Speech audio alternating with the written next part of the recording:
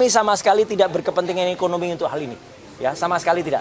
Jadi ini adalah semata-mata untuk mewujudkan hak saja, hak kami. Jadi sama sekali kami tidak mewujudkan ekonomi. Makanya daripada kemudian hasil dari tuntutan itu, ganti rugi itu kepada kami, ya itu akan kita sampaikan atau akan kita berikan melalui kaos, ya, kepada yang lebih berkepentingan. Dan cukup pandangan atau gambaran dari hasil itu saya pakai saja di sini. Teman-teman juga harus lihat, tim kami semalam masih sampai jam 12 bahkan lebih dari jam 00 sudah ganti hari, sudah hari ini. Itu masih berada di salah satu stasiun TV. Dan di stasiun TV itu kita juga melihat bagaimana lucunya ya pihak sebelah, bahkan lucunya bekas sahabat saya ya si Omon itu kemudian ya kalau orang mengatakan skornya dia ball positionnya hanya 30% dibandingkan dengan kita.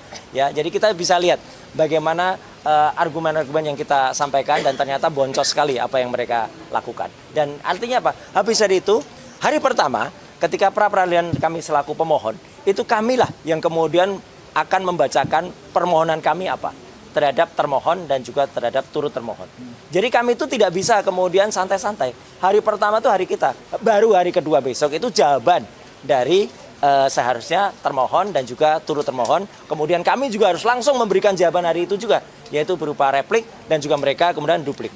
Tapi teman-teman tahu sendiri ya, hakim tunggal yang memimpin ini alhamdulillah sama lagi ya, yaitu Pak I Ketut Darpawan.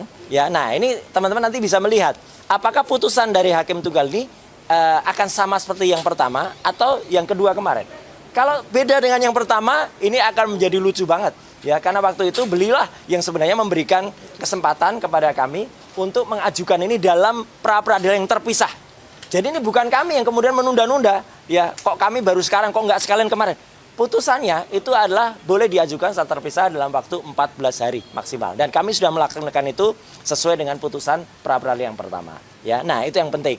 Jadi ini adalah kuasa dari Allah Subhanahu wa taala. Kami juga tidak mengerti awalnya tanggal 28 Juli yang akan datang hari Selasa, itu hakimnya kalau tidak salah adalah putri ya, seorang wanita ya, perempuan. Ya, tapi ternyata hakimnya ketika masuk terus sama lagi. Wah, ya udah. Jadi teman-teman nanti akan bisa menilai konsistensi dari hakim itu atau tidak. Itu aja udah, gampang kan? Jadi seharusnya memang konsisten seharusnya. Dan yang kedua atau yang terakhir yang ingin saya sampaikan, tadi sudah disampaikan oleh Mas Gafur dan juga oleh Mas Refli dan juga oleh Bu Soraya dan yang lain bahwa kami sama sekali tidak berkepentingan ekonomi untuk hal ini. Ya, sama sekali tidak. Jadi ini adalah semata-mata untuk mewujudkan hak saja, hak kami. Jadi sama sekali kami tidak mewujudkan ekonomi. Makanya daripada kemudian hasil dari tuntutan itu, ganti rugi itu kepada kami, ya itu akan kita sampaikan atau akan kita berikan melalui kaos, ya, kepada yang lebih berkepentingan. Dan cukup pandangan atau gambaran dari hasil itu saya pakai saja di sini. jadi inilah yang kita dapatkan, ya. Jadi ini saya pakai saja. Jadi ini akan menutup semua spekulasi. Kalau wah itu nanti akan cari duit, cari rente. Enggak sama sekali. Sudah saya pakai ya gitu. Jadi silahkan kalau hasil itu ada nilai tertentu, itu akan disampaikan kepada yang lebih dekat. Saya kira itu teman-teman semua ya. Silahkan ditunggu nanti seminggu ke depan untuk pra-peradilan. Dan ini juga ini adalah petunjuk dari Allah Subhanahu wa taala. Insya Allah besok pagi kami akan tetap datang tapi di Jakarta Timur. Ya, kita akan membersamai Dr. Tifa, sahabat saya yang berjuang untuk besok mendengarkan ya putusan sela dari sidang Dr. Tifausia Tiasuma besok pagi. Sekian, terima kasih. Wassalamualaikum warahmatullahi wabarakatuh. Apa? Bang, meminta tanggapan juga, ini kan dari pihak Pak Jokowi kemarin mengumpulkan teman-teman kuliahnya begitu ya untuk menjelang persidangan nanti, ini seperti apa tanggapannya? Ya lucu aja, tapi kan ada ya bukan aturan ya, ada sebenarnya etika. Saksi itu nggak boleh dikondisikan. Larangan ya. Jadi dan bahkan mereka mengakui loh, ada yang mengakui. Saya baca saya dengar di salah satu mereka, iya kami nanti akan diakomodasi, kemudian kami akan dikasih transport bersama. Lah itu udah pelanggaran. Mungkin ada komentar yang lain, Mas? Ya, sebenarnya di dalam hukum acara itu tidak boleh mengkondisikan saksi.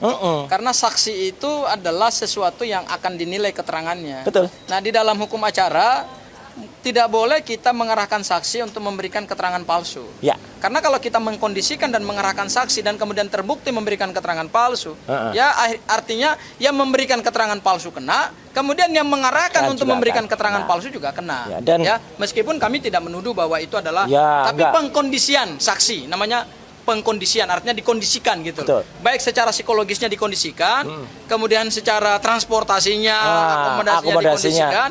Padahal sebenarnya Itu nggak elok itu banget nggak itu. elok karena ini ditonton publik soalnya. Siap. Ya, ini ditonton publik. Ya. Bau-bau kayak gini juga mungkin ada. Saya nggak lihat, saya nggak mengatakan apa lo ya. Bau-bau kayak Ada gini. lagi pertanyaan? Ya, ada lagi. Ditunda tanggal 29. Ditunggu seminggu depan, tanggal 29 seminggu ke depan ya, hari Rabu lagi. Ya. Udah, waduh, luar biasa lah ya. Udah begitu duduk, kita siapkan berkas, legal standing, kita kasihkan semuanya.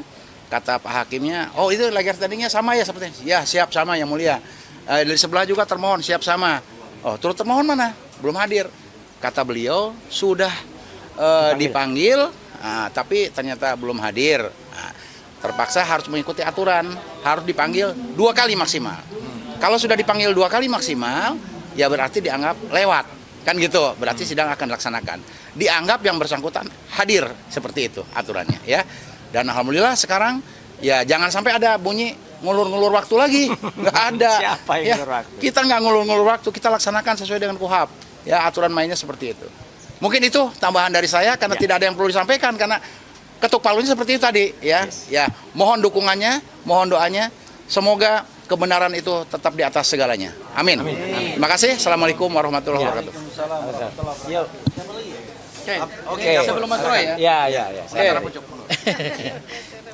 Terima kasih rekan-rekan media bahwa hari ini kami lagi-lagi menggunakan hak hukum kami sebagai tersangka ya.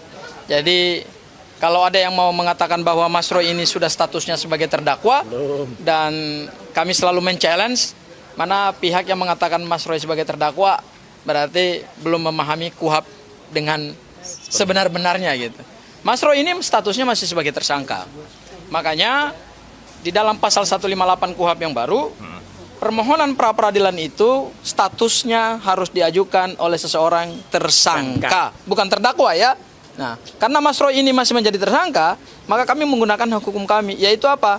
Mengajukan permohonan pra peradilan untuk yang ketiga. Ketiganya berkenaan dengan apa? Berkenaan dengan pelaksanaan putusan pra peradilan yang pertama, yaitu adanya pertimbangan hakim tunggal pra peradilan di dalam rasio desiden di putusannya bahwa terhadap permohonan ganti kerugian maupun rehabilitasi akibat kesewenang-wenangan penyidik dalam melakukan penangkapan dan penahanan, monggo dimohonkan pada permohonan pra peradilan yang lain dengan tenggang waktu tidak boleh melebihi 14 hari. Dan kami hari ini melaksanakan putusan hakim. Jadi kami datang ke Pengadilan Negeri Jakarta Selatan hari ini bukan lagi-lagi ingin menunda persidangan ya. Bukan. Karena kalau kami tidak melaksanakan putusan hakim, kami juga nggak patuh juga terhadap hukum gitu ya.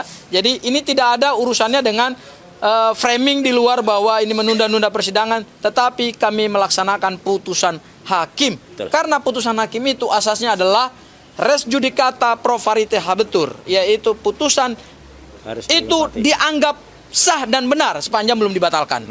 Karena putusan pra peradilan ciri khasnya tidak ada upaya banding dan kasasi dan tidak bisa dibatalkan oleh pengadilan di atasnya sehingga sifatnya adalah final and binding.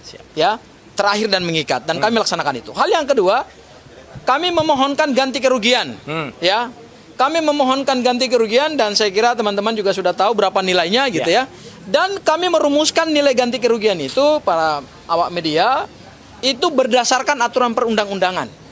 Bukan berdasarkan kemauan kami sendiri gitu.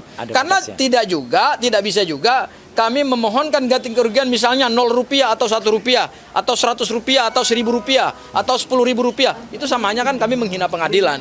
Kenapa? Karena persidangan ini dilaksanakan dengan uang negara selama 1 minggu ya 7 hari dan telah ditunjuk hakimnya, telah ditunjuk panitranya. Masa hanya untuk permohonan 1.000 rupiah atau 10.000 rupiah atau 100.000 rupiah harus dilaksanakan pengadilan yang mahal seperti ini gitu. Oleh karena itu kami mengajukan nilai itu sesuai dengan batas yang diberikan oleh aturan perundang-undangan dan hitungannya itu sudah sesuai. Subscribe, share, like, and comment. Subscribe, share, like, and comment. Subscribe, share, like, and comment. Subscribe, share, like, and comment. Subscribe, share, like, and comment.